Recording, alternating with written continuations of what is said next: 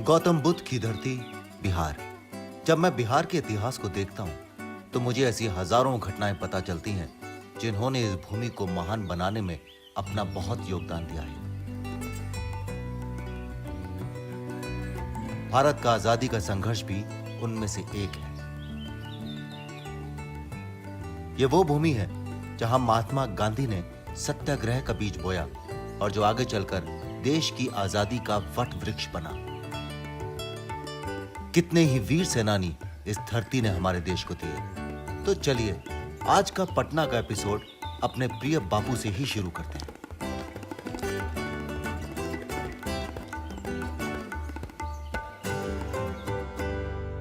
आप अगर बिहार आए और राष्ट्रपिता महात्मा गांधी के बारे में ना सोचें तो ऐसा बिल्कुल संभव नहीं। हम सब जानते हैं कि बापू ने भारत की आज़ादी के लिए अनेकों सत्याग्रह की यात्राएं की, लेकिन उनकी सबसे पहली सफल सत्याग्रह की यात्रा यहीं बिहार में 1917 में चंपारण से शुरू हुई। यह वही यात्रा थी जिसने पहली बार अंग्रेज़ों को उनकी नींद से जगाया। यह वही यात्रा थी जिसने पहली बार अंग्रेज़ों को बापू की सोच और अस्तित्व का एहसास करवाया। ये स्मारक बापू की आज़ादी की लड़ाई के उसी जुनून को समर्पित है और मैं आज का एपिसोड उन्हीं की छत्र छाया से शुरू कर रहा हूँ।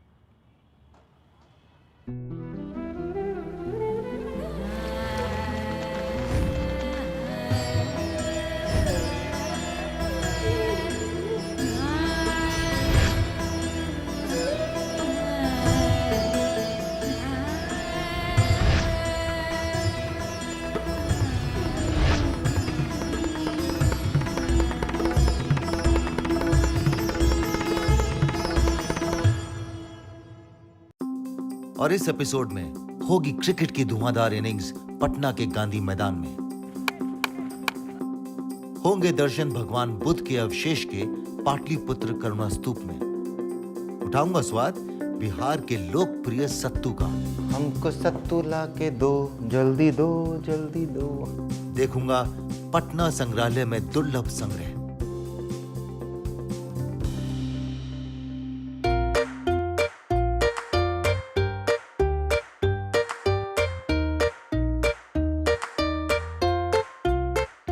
गांधी मैदान पटना का एक प्रख्यात और ऐतिहासिक मैदान है और इस शहर के नक्शे पर एक बड़ा लैंडमार्क है। यहां पर महात्मा गांधी की विश्व भर में सबसे लंबी प्रतिमा स्थापित है।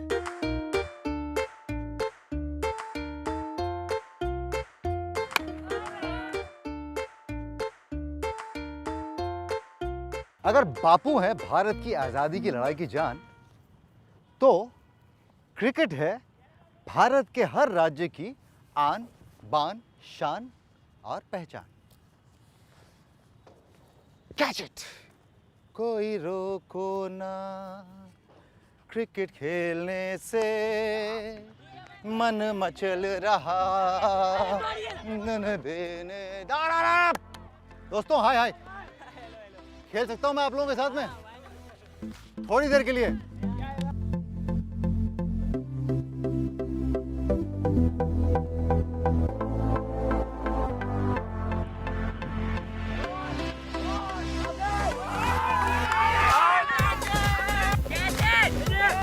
जब मैं छोटा था तो हर लड़के की तरह क्रिकेट का दीवाना था। भरी दोपहर में दोस्तों के साथ कंधे पर बैट रखकर निकल जाना और तब तक खेलते रहना जब तक मम्मी की आवाज ना आए।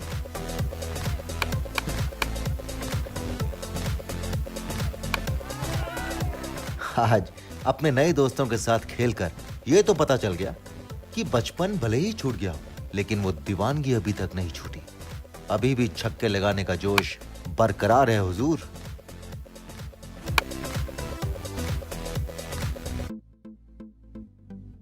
यहां आकर यह जोश हेलीकॉप्टर में उड़ने लगा, क्योंकि यही वो धरती है जहां हेलीकॉप्टर शॉट के महारथी महेंद्र सिंह धोनी ने जन्म लिया था। तो है ना, रग रग में गंगा और कण कण में क्रिकेट। Thank you. क्रिकेट की धुआंधार पारी खेलने के बाद अब मैं जा रहा हूं ऐसी जगह जहां सुकून से बैठकर शांति को महसूस कर सकूं।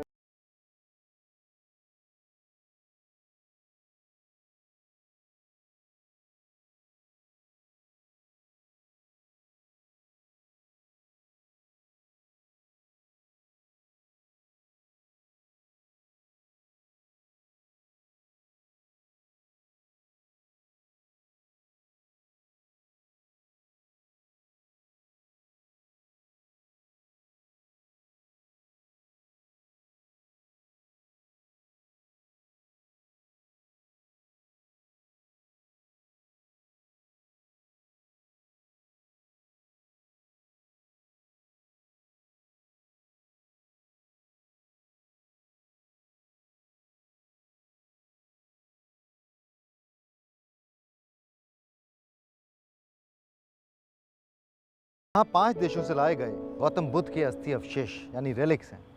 इन सब के अलावा एक अस्थि अवशेष स्वयं दलाई लामा ने इस स्तूप को भेंट किया था।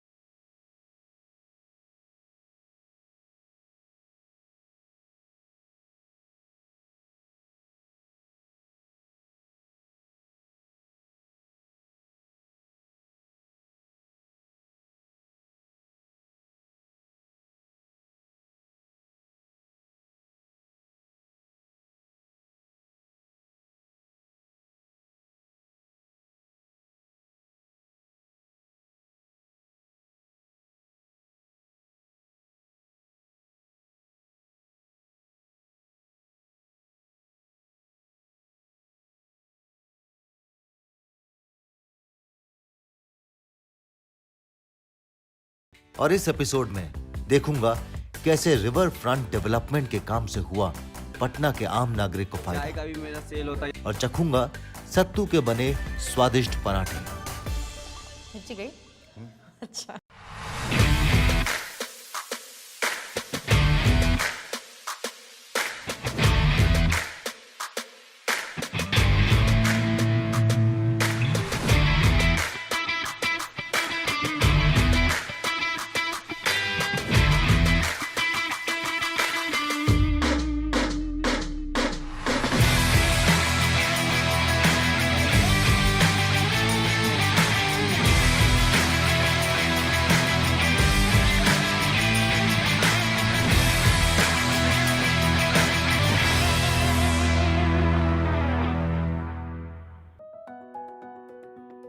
गोलघर पटना का एक और लैंडमार्क है। सुना है कि 1770 में जब भयंकर सूखा पड़ा था और भूख की वजह से हजारों लोग मर गए थे, तब ऐसी घटना दोबारा ना घटे और अनाज का काफी भंडार सरकार के पास सुरक्षित रहे, ये सोचकर ही गोलघर को बनवाया गया था। उस समय यहां एक साथ 1,40,000 टन अनाज रखा जा सकता था। 145 सीढ़ियों से होकर जब इसके ऊपर पहुंचते हैं तो सच में पटना का अद्भुत नजारा देखने को मिलता है। मैं गंगा के शहर आऊं और गंगा तट पर जाकर गंगा के दिल को लुभाने वाले नजारों को ना देखूं तो ये तो मुमकिन नहीं है। यहां आकर ये देखकर अच्छा लगा कि गंगा घाट को इतनी खूबसूरती से डेवलप किया गया है। नमामि गंगे द्वारा किया गया रिवर फ्रंट डेवलपमेंट और प्रोमेनेड निर्माण ने इस घाट की सूरत ही बदल डाली है। अब यहां रोज हजारों लोग मॉर्निंग वॉक, योगा और पिकनिक के लिए आते हैं और गंगा किनारे ताजी हवा का लुत्फ उठाते हैं। जहां चाह वहां राह, इस बात का जीता जागता उदाहरण है ये रिवर फ्रंट डेवलपमेंट का काम। तो सर, सबसे पहले तो मैं आपको बधाई देना चाहूँगा कि गंगा यहाँ इतनी साफ दिखती हैं जी पटना में, खासकर बिहार में, इनफैक्ट पूरे बिहार में। जी और सुना मैंने कि यहाँ पे घाटों का निर्माण आप कर रहे हैं, ये गंगा को स्वच्छ रखने का अभियान जो है वो आप चला रहे हैं यहाँ पे। जी। एक्चुअली क्या था, यहाँ पर पहले से 6 घाट बना हुआ था, जी। बट घाट टू घाट का कनेक्शन नहीं था। तो हमने एक प्रोजेक्ट बनाया जिसमें हमने 20 घाट्स रखा और 6 घाट हमारा एग्जिस्टिंग था पहले से, जी तो उसके अंतर्गत हमारा 26 घाट हो गया। तो हम लोग उसको एक दूसरे पर जाने के लिए उसके साथ प्रोमिनांड का विकास किया और घाट का विकास किया। प्रोमिनांड हो गया आपको पैदल चलने का पथ, जो जिस समय जहाँ पे हम खड़े जो हैं। जिससे आप आए हैं, जी। जिस पर अभी आप खड़े हैं। जी और इसके साथ हम लोग कुछ एम्यूनिटीज़ को भी जोड़ा है, जैसे कि हर एक घाट पर जो है टॉयलेट्स ब्लॉक है, जी बहुत ज़रूरी है। चेंजिंग रूम है, डिसेबल के लिए भी बाथरूम है और लाइफ गार्ड है बना हुआ। जी ये 6.6 किलोमीटर का एक स्ट्रेच है जिसको हम लोगों ने 5.5 किलोमीटर का कंप्लीट कर लिया। तो आप कह रहे हैं 5.5 किलोमीटर जुड़ चुका है, ये पूरा का पूरा 5.5 पूरा का किलोमीटर पूरा है? पूरा का पूरा आप अगर कलेक्ट्रेट से चलना चालू करेंगे जी। तो आप यहाँ जो इंड हमारा है राजा घाट, वहाँ तक आप पैदल वॉक करके आप जा सकते हैं। ये तो यहाँ के लोगों के लिए बहुत मतलब खुशी की बात होगी कि सुबह सुबह निकलें और गंगा किनारे गंगा के वॉक किनारे। करें और दौड़ते हुए निकल जाएं और सुबह की जॉगिंग भी हो जाएगी, गंगा के दर्शन भी हो जाएंगे। एग्जैक्टली यही हो रहा है अभी। यही हो रहा है। आपके ये जो प्रयत्न हैं जी। ये फल ला रहे हैं और निरंतर ही फल लेकर आते रहें, लोग जुड़े, लोग समझें। बस इसी उम्मीद के साथ में मैं आपसे विदा लेता हूँ। Thank you very much.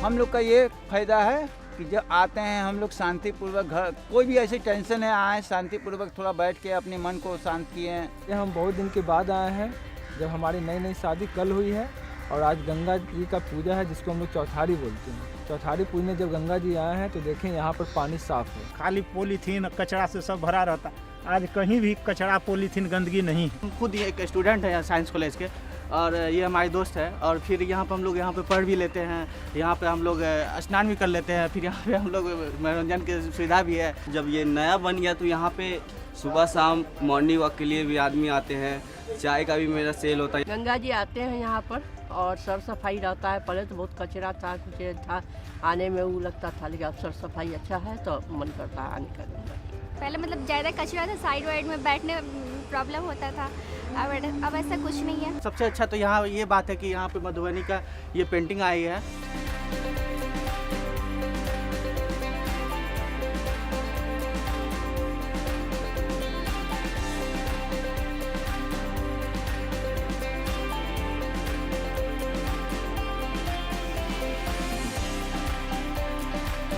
पिछले हफ्ते जब मैं एनआईटी कॉलेज गया था तो वहीं पर मेरी मुलाकात आस्था से हुई और आस्था ने मुझे प्रॉमिस किया था कि वो बिहार का फेमस सत्तू खिलाने ले जाएगी।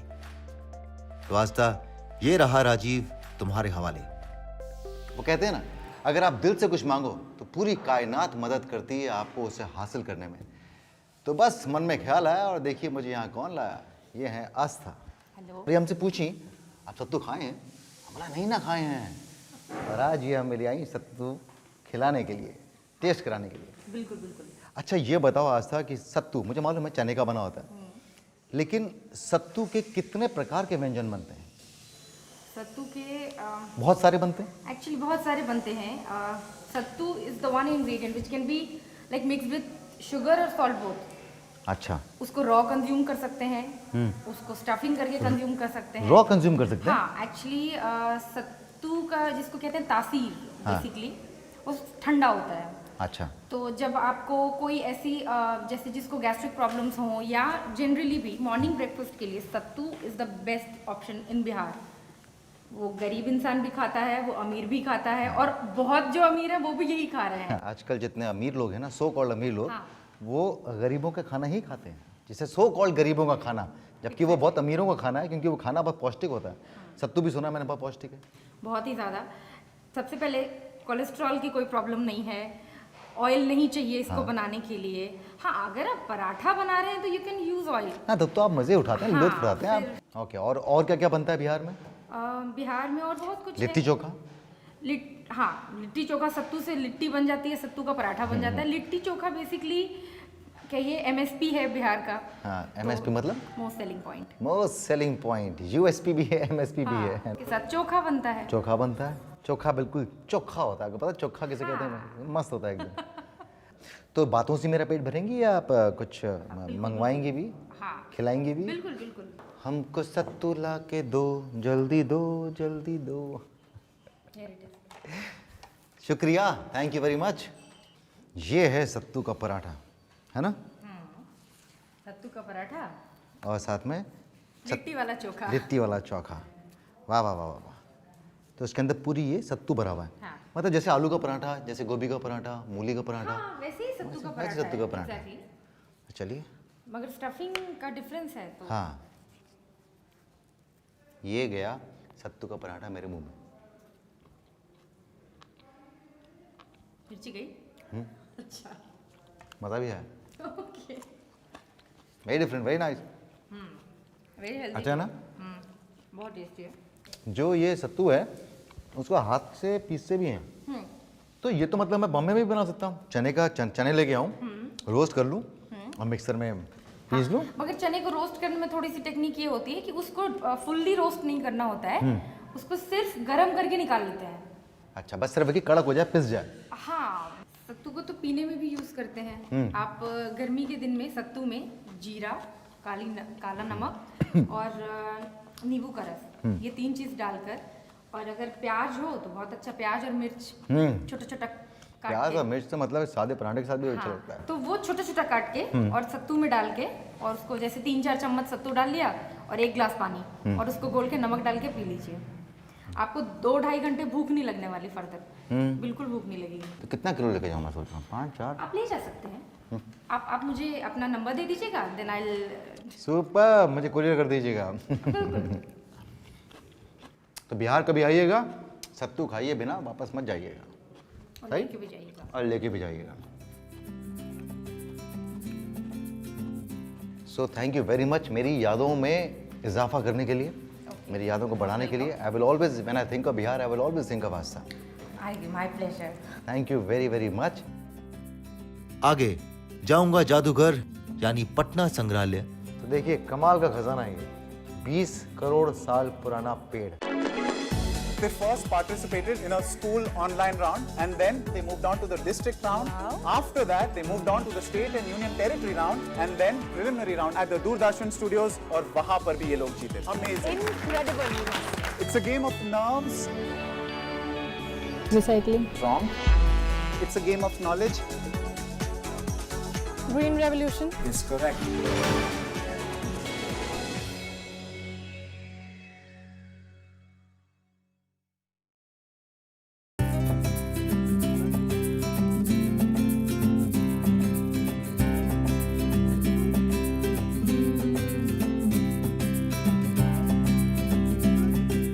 पटना संग्रहालय का निर्माण 1917 में अंग्रेजी शासन में हुआ था, जिसमें पटना और आसपास में पाई गई ऐतिहासिक वस्तुओं को संग्रहित किया गया। पटना संग्रहालय की स्थापना 1917 में अंग्रेजों द्वारा की गई। सोचिए क्षेत्र के कण कण में कितना इतिहास होगा, कितनी ऐतिहासिक धरोहर होगी कि उसे पिरो के रखने की आवश्यकता अंग्रेजों को 1917 में महसूस हुई। उसके बाद अगले 100 वर्षों में इतना खजाना और निकला कि पटना संग्रहालय में जगह कम पड़ने लगी, और इसीलिए बिहार संग्रहालय का निर्माण किया गया, जहां पिछले एपिसोड में मैं आपको लेकर गया था। तो चलिए एक नज़र मारते हैं उस धरोहर पर, जिसे देखने के लिए देश विदेश से रिसर्चर्स और सैलानी सब आते हैं। बिहार की ऐतिहासिक धरोहर इतनी विशाल है कि जितना देखो उतना और जानने का मन करता है।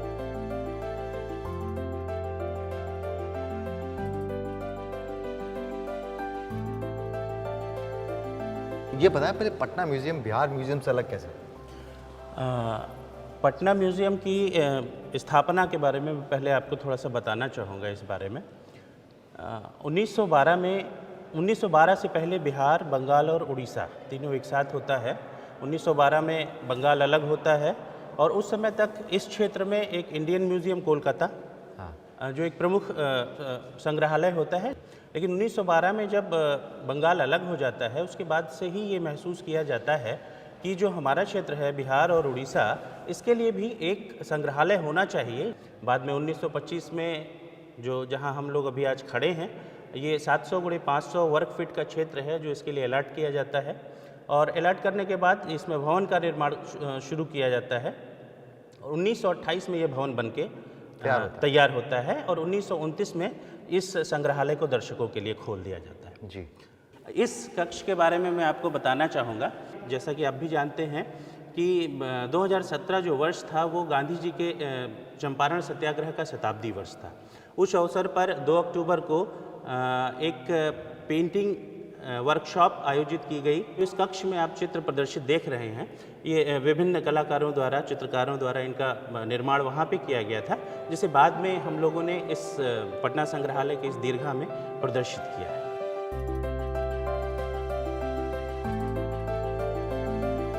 यहाँ की नेचुरल हिस्ट्री गैलरी बहुत ही दिलचस्प है। जंगली जानवर और चिड़ियों को इतनी खूबसूरती से बनाया गया है कि लगता है ये जानवर आपके सामने जीवित खड़े हैं।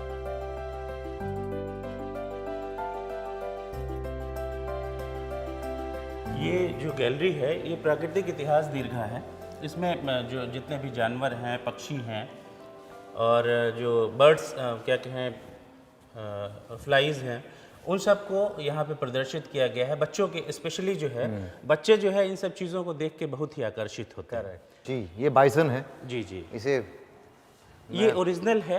इसकी स्किन पूरी ओरिजिनल है और इसके अंदर फिलिंग करके और इसे यहाँ पे किया गया है, स्टेप किया गया। इसका सींग भी ओरिजिनल है? सारी कुछ पूरा ओरिजिनल है ये। इन सब को जो है कोलकाता से परचेज़ किया गया था 1930s 40s के आसपास। ये जितने भी हैं 1930 से लेकर के 60 के बीच में ये सारे परचेज़ किए गए हैं और इन्हें यहाँ डिस्प्ले किया गया है। हम देख सकते हैं ये एक फॉसिलाइज ट्री है जो चीड़ का है और ये आसनसोल से मिला था जी। और इसकी जो लाइफ आंकी गई है वो 20 करोड़ साल वर्ष पुराना है। ये तो देखिए कमाल का खजाना है ये, 20 करोड़ साल पुराना पेड़।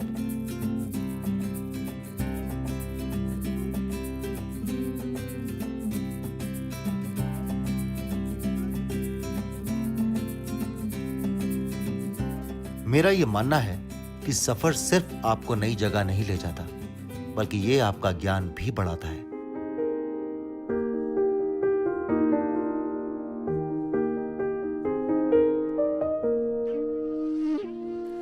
धरा पर जब से ये हर शहर से जब गंगा जल को मैं अपने साथ लेकर जाता हूँ तो ऐसा लगता है कि मानो संपूर्ण गंगा मेरे साथ में हो।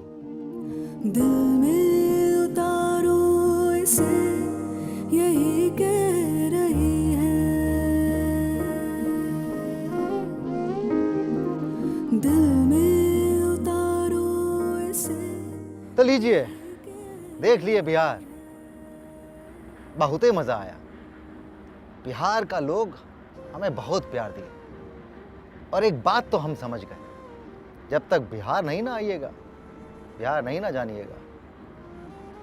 यकीन मानिए, बिहार का खान पीन, बिहार का रहन सहन, बिहार की संस्कृति, बिहार के लोग वाकई ज़बरदस्त हैं।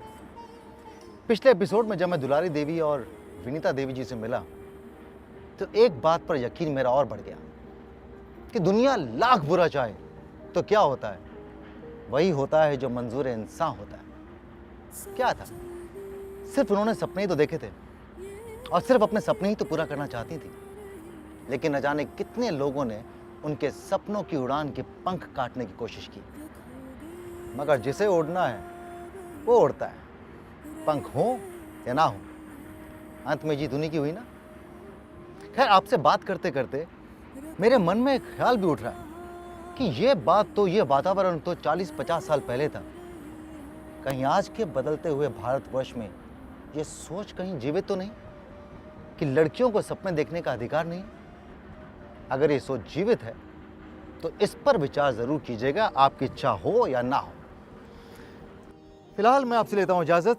ये एपिसोड यहीं ख़त्म होता है।